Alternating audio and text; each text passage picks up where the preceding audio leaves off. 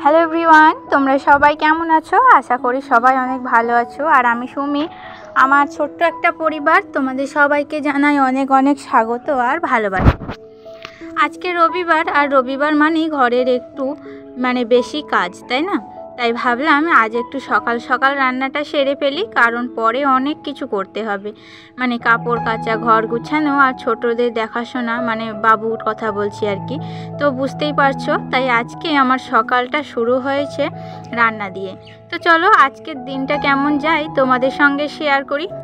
আশা করি তোমরা আমার সঙ্গে থাকবে পুরোটা সময়। কালকে রাত্রে প্রচুর বৃষ্টি হয়েছে জানো আমাদের এই দিকে। তো এত ভারী বৃষ্টি হয়েছে যে কি বলবো, সারা রাত টিপ টিপ করে বৃষ্টি পড়েছে। আর সেই আওয়াজে একদম ঘুমে শান্তি পেয়ে গেছি। এখনও কিন্তু সকাল অবধি থেমে থেমে বৃষ্টি হচ্ছে। তো একরকম আবহাওয়া না, ভাত তরকারির মতো অনেক পদের রান্না করতে একেবারেই মন চায় না। আর তার উপর আজ রবিবার, তাই তো অনেক ঘরের কাজ থাকে। তাই ভাবলাম আজকে দুপুরে রান্না করব খিচুড়ি। খিচুড়ি রান্না করতে যেমন সময় কম লাগে, খেতেও কিন্তু তেমনি মজাদার। একটা পাতেই চাল ডাল সবজি সব হয়ে যাবে, আর বেশি কষ্টও নেই। ভাত আর তরকারি করতে গেলে অনেক কিছু লাগে, অনেকগুলো পদ বানাতে হয়, কিন্তু খিচুড়ি একেবারে পারফেক্ট। তো বিশেষ করে এইরকম বৃষ্টির দিনে। তো আজকে দুপুরের মেনু একদম সিম্পল আর স্পেশাল। তো বৃষ্টির সাথে খিচুড়ি। আর একটু সকাল সকালই রান্নাটা সেরে নিয়েছি, কারণ জানোই তো রবিবার মানেই ঘরের অনেক কাজ লাইন দিয়ে থাকে। আমরা তো একটা মধ্যবিত্ত পরিবার, আর মধ্যবিত্ত পরিবারে যেমন রান্নাঘর থাকে, আমারটাও ঠিক সেই রকমই। একবারে লাক্সারি না, কিন্তু চেষ্টা করি সব সময় গুছিয়ে রাখতে। আর বর্ষার সময়টাই আমাদের বারান্দার ঘরের কিছু জায়গায় বেশ সমস্যা হয়।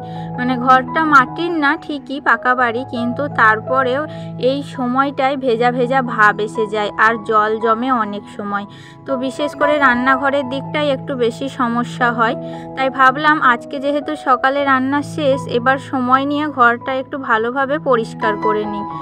মেঝে থেকে শুরু করে দেওয়াল, বারান্দা সব কিছু একটু ডিপ ক্লিন করব। কারণ এই বর্ষার সময় যদি একটুখানি অসাবধানতা হয়, তাহলে কিন্তু গন্ধ ধরা শুরু হয়ে যায়। তো এই বর্ষায় যে কত অসুবিধা হয় তোমরা তো দেখতেই পাচ্ছ। এই যে ওপরের বাঁকগুলো রান্নাঘরের সব সময় একদম ভিজে ভিজে হয়ে থাকে, আর রান্নাঘরটাও একরকম স্যাঁতসেঁতে অবস্থায় থাকে। যখন একটু রোদ ওঠে তখনই কিন্তু তবেই একটু শুকোয়, না হলে আমি ফ্যান চালিয়েও কিন্তু কাজ হয় না, শুকাতে চাই না কিছুতেই। আর ওই ভেজা জায়গাগুলোতে না একটা সাদা সাদা মতো আস্তরও পড়ে যাচ্ছে। তাই আজ ভাবলাম সব কিছু একটু ভালোভাবে ডিপ ক্লিন করে নিই। চেপে চেপে পরিষ্কার করলাম, এরপর ফ্যানটা চালিয়ে দিলাম। তো দেখা যাক কিছুটা শুকায় কিনা। আসলে জানো, আমাদের বাড়ির পাশে আগে একটা বাঁশের ঝাড় ছিল, তো তখন থেকেই মাটিতে একটু বেশি ভেজা ভাব। আর এখন তো মনে হয় ওখান থেকেই ঘরের মধ্যে ভেজা ভাব চলে আসে, কিন্তু বাঁশের ঝাড়টা নেই, ওটা কেটে ফেলা হয়েছে। তবুও কেন জানি না এরকমই হয়। আর এই বর্ষাকাল আর শীতকাল সত্যি বলতে কি আমাদের জন্য অনেক কষ্ট হয়। কি বলবো, যাই রান্না করতেও কষ্ট হয়, মেঝেতে দাঁড়িয়ে কাজ করতেও তো কষ্ট। যাই হোক, মনটা শক্ত করে দেখো, কাজগুলো শেষ করতে হবে, কারণ এটাই তো আমাদের প্রতিদিনের জীবন। না চাইলেও কোনো উপায় নেই। আর আজকে অনেকক্ষণ পর নিজেকে একটু এনার্জি দিয়ে কাজে লেগে পড়লাম। আসলে হাউসওয়াইফ হই আর ওয়ার্কিং হই, যখন একবার কাজে নেমে পড়ি তখন কিন্তু একটার পর একটা কাজ শেষ না করে ছেড়ে উঠতে মন চায় না। একবার যদি একটু এনার্জি নিয়ে শুরু করা যায়, তারপর কিন্তু কাজ করতে একদম একটা রিদম চলে আসে। আর রবিবার মানেই তো একটা এনার্জির পরীক্ষা। পুরো সপ্তাহে যা যা বাকি থাকে, কি বলবো তোমাদের, সব কিছুই যেন এই একদিনে এসে জমে যায়। তাই বলি রবিবার মানেই কিন্তু শুধু বিশ্রাম নয়, ঘরের খুঁটিনাটি কাজ গুছিয়ে রাখা, পরিষ্কার পরিচ্ছন্ন রাখা, সব কিছুতেই যেন একরকম চাপ থাকে। তবুও নিজের বাড়িটাকে সুন্দর আর পরিপাটি রাখতে গেলে একটু কষ্ট তো করতেই হবে। কিন্তু জানো, সব পরিশ্রমের পর যখন দেখি ঘর আর বারান্দাগুলো একটু ঝকঝকে হয়ে উঠেছে, তখন নিজের কষ্টটা আর কষ্ট বলে মনেই হয় না। মনে হয় এই পরিষ্কার পরিচ্ছন্নতার মাঝেই যেন শান্তি লুকিয়ে আছে। তোমরা দেখতেই পেলে আমি পুরো রান্নাঘরটা ভালো করে মুছে পরিষ্কার করে নিয়েছি। আমাদের রান্নাঘরটা বর্ষাকালে খুব স্যাঁতসেঁতে হয়ে যায়, আগেই বললাম। আর তাই আমি রান্নাঘরে খুব বেশি কিছু রাখি না, মানে কোনো ফটো বা মশলার বয়াম বা বাটি এসব তেমন কিছুই রাখি না। রান্নাঘরটা যতটা সম্ভব খালি রাখার চেষ্টা করি, মানে যেন পরিষ্কার করাটা একটু সহজ হয়। তারপরে চলে এসেছি আমাদের বেডরুমে। আজকের বেডরুমটা একেবারে ভালো করে গুছিয়ে নেব, মানে ঘরের কোনায় কোনায় যত ময়লা জমেছিল সব পরিষ্কার করে ফেলবো। ঘরে ধুলোবালি মুছে যত ময়লা বের হয়েছে সেগুলো একটা প্যাকেটের মধ্যে করে বাইরে রেখে দিয়েছি, মানে এক জায়গায় জড়ো করে রেখে দিলাম। পরে স্নান করতে যাব তার আগে এটা ফেলে দিয়ে আসবো। আর কি বলতো, ঘরটাকে যখন পরিষ্কার দেখি তখন মনে হয় সব ক্লান্তির জায়গায় একটুখানি তৃপ্তি আছে। এরপরে আসলাম, দেখো ঘরের জানলা দরজা খাটের চারপাশটা পরিষ্কার করে নেব। মানে ঘরের জানলা থেকে শুরু করে খাটের বাটামগুলো সব কিছুকে ভালো করে ভেজা ন্যাকড়া দিয়ে মুছে নিয়েছি। আসলে জানো, আমি মনে করি সপ্তাহে একবার হলেও মানে দরজার কপাট, জানালার গ্রিল, মানে খাটের নিচের অংশ এগুলো একটু ভেজা ন্যাকড়া দিয়ে মুছে ফেললে ঘরটা অনেকটাই পরিষ্কার লাগে। আর এগুলোতে ধুলো বালি অনেক জমে থাকে, আর শুকনো কাপড়ে সেই ধুলো উঠতেই চায় না। তাই আজকে সব দরজা জানলার কপাট যত কিছু ছিল মানে সব কিছু ভালো করে ভিজিয়ে চেপে চেপে মুছে ফেলছি। তারপর ঘরের মেঝেটাও ভালো করে মুছে নিয়েছি। খাটের নিচের কোণার ধারে যতটা পারা যায় পরিষ্কার করে নিয়েছি। ঘরটা এখন একদম পরিপাটি লাগছে, মানে এতটা পরিশ্রমের পর যখন চারিদিকে একটুখানি গোছানো ভাব আসে তখন কিন্তু মনটাও ভালো হয়ে যায় যেন। এরপরেই দেখো পাশের ঘরটাতে চলে এসেছি, আর এই ঘরটাও আজকে একটু ভালোভাবে ডিপ ক্লিন করব ভাবছি। মানে প্রথমেই টিভিটা মুছে নিচ্ছি, তবে অবশ্যই শুকনো ন্যাকড়া দিয়ে, কারণ টিভি আর ইলেকট্রনিক জিনিসে তো জলের ছোঁয়া একেবারেই ঠিক না, তাই সাবধানে একটু একটু করে মুছে নিচ্ছি।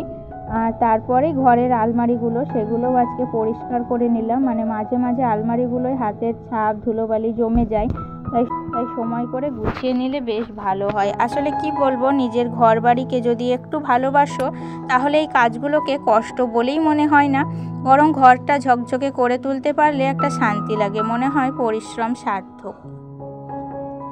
আর কি বলবো তোমাদের, মানে আমি তো খুবই বকবক করি। আসলে যারা ইউটিউবে ব্লগ বানায় তারা তো একটু কথা বলতে ভালোবাসে, মানে এই প্ল্যাটফর্মটা আমাদের মতো যারা একটু নিজের কথা বলতে পছন্দ করি তাদের জন্য একেবারে একটা প্রিয় জায়গা। তো আমরা এখানে যেন নিজের মতো করে কথা বলতে পারি, ভাব শেয়ার করতে পারি, মনের কথাগুলো খুলে বলার একটা ছোট্ট আড্ডার জায়গা এটা। আমরা কেউ কাউকে চিনি না, কে কোথায় থাকে তাও জানি না, কিন্তু প্রতিদিন কারো জীবন থেকে কিছু না কিছু জানছি, শিখছি, অনুভব করছি। এই জায়গাটার সুন্দরত্ব এখানেই, মানে দূরে থেকেও যেন সবাই সবার মানে অনেকের কাছের হয়ে যায়। তাই এই প্ল্যাটফর্মটা আমার কাছে কিন্তু খুব প্রিয়। তো ফাইনালি তোমাদের সঙ্গে কথা বলতে বলতে আজকের পুরো ঘর বাড়ি পরিষ্কার করে মানে একেবারে কমপ্লিট। এই ঘর থেকে ওই ঘর, রান্নাঘর সব কিছুই আজকে মুছে গুছিয়ে নিলাম। আসলে কি বলবো, আমি তো একেবারে সাধারণ মধ্যবিত্ত পরিবারের মানুষ, তাই মানে আমার সংসারে খুব একটা দামি জিনিস নেই, কিন্তু আমি চেষ্টা করি মানে যেটুকু আছে সেটুকুই যত্ন করে সাজিয়ে রাখতে। আমার কাছে এই যত্নটাই যেন বাড়ির আসল সৌন্দর্য। দেখো, জিনিস যতই হোক না কেন ভালোবাসা আর যত্ন দিয়ে সাজালে ঘরটাও আপন হয়ে যায় আর মনটাও ভালো হয়ে যায়।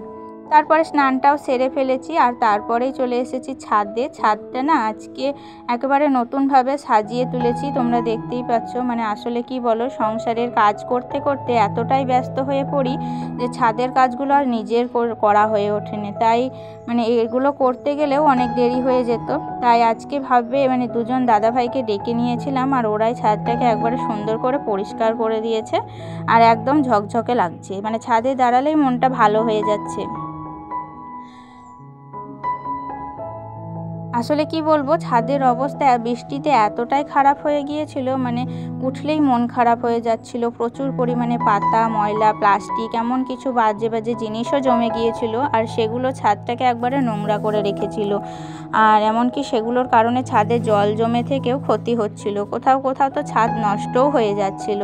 তাই আজ আর দেরি না করে যেসব জিনিস ফেলে দিয়েছি আর ছাদটাকে জল দিয়ে ভালো করে ধুয়ে পরিষ্কার করে নিয়েছি।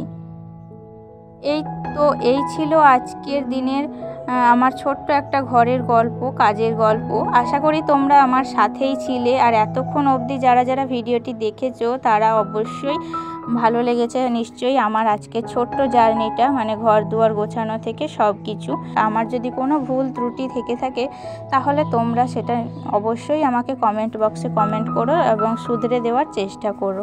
তো ভিডিওটা ভালো লাগলে লাইক দিও, আর আমার চ্যানেলে নতুন হলে সাবস্ক্রাইব করে নিও। আবার দেখা হবে পরের কোনো ভিডিওতে নতুন গল্প নিয়ে। ততদিন সবাই ভালো থেকো, সুস্থ থেকো, টাটা।